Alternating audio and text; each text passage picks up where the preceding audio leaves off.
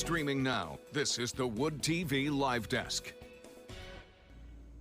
And good afternoon, everyone. Phil Pinarski here with the Wood TV Live Desk. Hope you're all having a wonderful day so far. The Michigan Department of Natural Resources has many responsibilities they do throughout the year, whether it's maintaining parks, controlling the hunting that goes on across the state, and also cuddling bear cubs. The last one got a lot of attention on Twitter earlier this month about that specific job, and it was discussed in this big long thread that got a lot of likes, retweets, everything. Everybody was concerned about it. And so to talk a little bit more about that important part of the job, we are happily joined by Cody Norton. He is a bear and small game specialist with the DNR. Cody, thank you so much for being here today.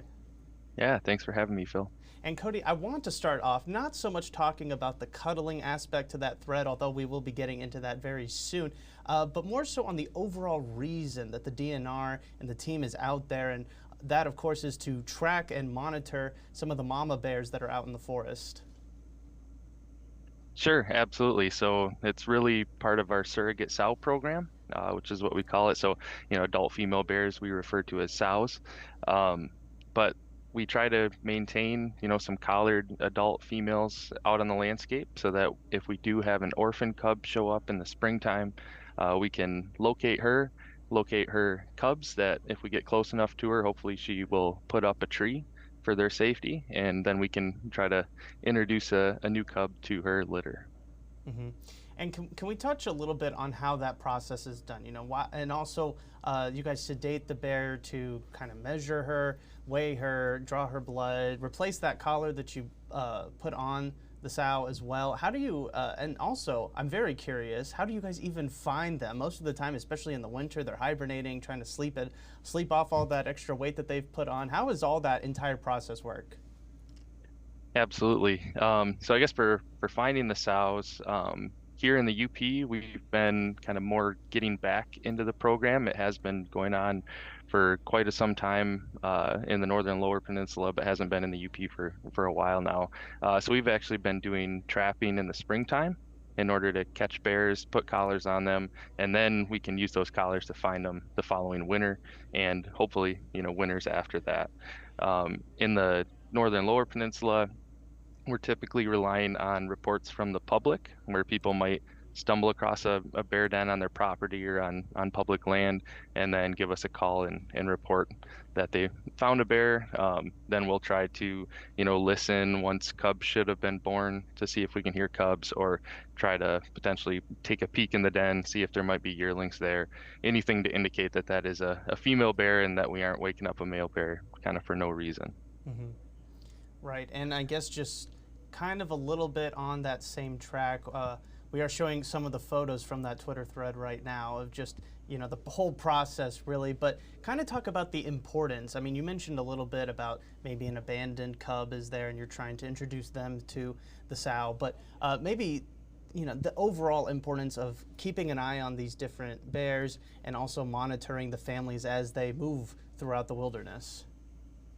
Absolutely. So of course, it's the surrogate sow program. So that's kind of the main reason we're out there doing it, is for when these orphan cubs show up that we have, a good option to be able to place them. But of course that doesn't have population level impacts on our bears in the northern lower or UP. So really, we're also trying to get as much information about these collared bears as possible, and having these bears out there on the landscape, allows us to look at things like habitat use, home range size, especially with some of the newer technologies we have available and are starting to put out on these bears, like GPS collars. In the past, we had VHF, or very high frequency collars, where we'd have to basically fly an airplane and we'd get one location every time we flew an airplane to find a bear. The new technology is GPS collars. We can get one location every hour of the day, every day for an entire year, and that's sent directly to our computer or phone. So that's just making that amount of technology is going to allow us to be able to answer other questions that are really important for bear management in the state, and do impact bear populations and how we manage them. So it's not just for this. Also, having bears collared and doing these den checks. What's really cool and unique about bears is, with most of our species, if we catch something in the spring, put a collar on it. Usually that collar, the battery only lasts so long. Once the battery dies, it's gonna fall off that animal, and we'd have to recapture it. But with bears, like you said, they're going into dens. We're able to track them to their dens and potentially have, one individual collared for several years in a row, which is really neat, and also provides an opportunity for our staff to be able to, chemically immobilize and work on a bear in a more controlled setting. So it's great practice. It's great, for our staff to be able to hone their skills and kind of, keep up with that, so that the first time in several years that they're handling an animal, it isn't a bear up a tree in town, or some stressful, situation that they need to be up to speed and ready to hit the ground running, when we're in those situations. And once again, Phil Penarski here with the Wood TV Live Desk, joined by Cody Norton. He is with the Michigan Department of Natural Resources, talking about bear cuddling, of course, as one does. Cody, I do kind of want to switch over now and directly talk about the bear cuddling. We've shown a couple of photos now of some members on the DNR cuddling them, having them in their jackets and their coats, trying to keep them warm. It may seem pretty self-explanatory as to why they're cuddling them, but talk about why it's important, especially for these really young cubs, while an exam is being performed on the sow, and then also why the jacket. Why is that sort of the preferred method of that? Sure. So, most of our cubs here in Michigan are born in late January. So we wait to do den checks on them until typically late February or early March. But of course, those cubs are still very young. Most of them are in the 3 to 6 pound range, and they really can't thermoregulate on their own. They can't maintain, a constant body temperature. So that's why in the den, they're snuggled up with mom, keeping warm. And so if we're going to pull them out and work on the sow and make sure that they're going to be safe, that we aren't putting them next to a sow that's immobilized, that isn't responsible for her body movements, we need to keep them warm and keep them safe and keep an eye on them. We also do, take measurements on them. We take weights.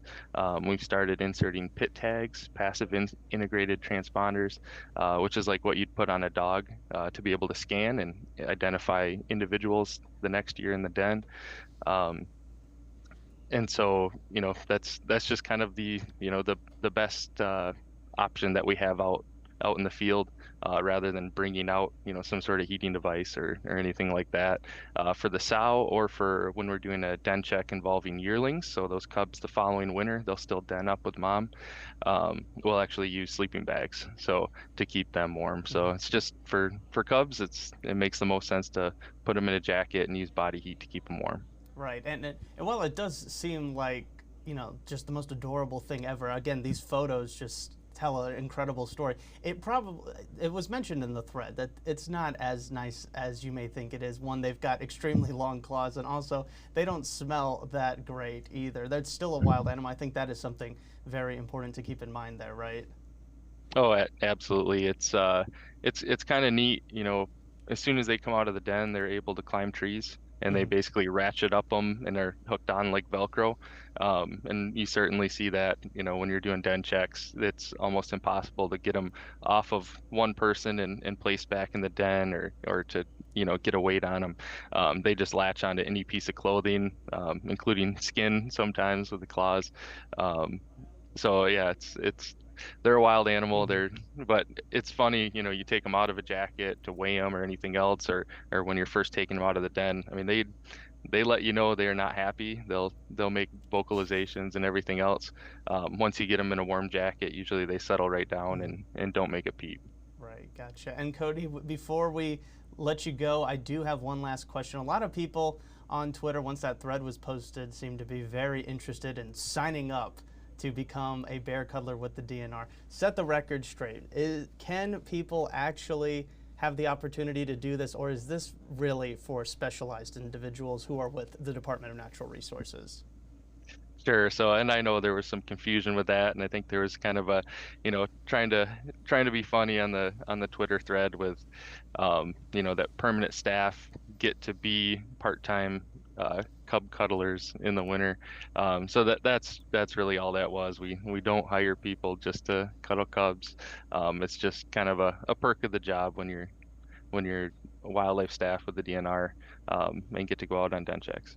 Right, absolutely. Well, I'm sure some people might be disappointed in that, but the good news is that there's still plenty of photos and plenty of stories that the DNR posts on their social media pages all the time with situations like this. Cody, we want to thank you so much for coming on the Wood TV Live Desk today. We really appreciate you talking about this very important operation that the DNR does and also sharing a little bit of insight into the cub cuddling.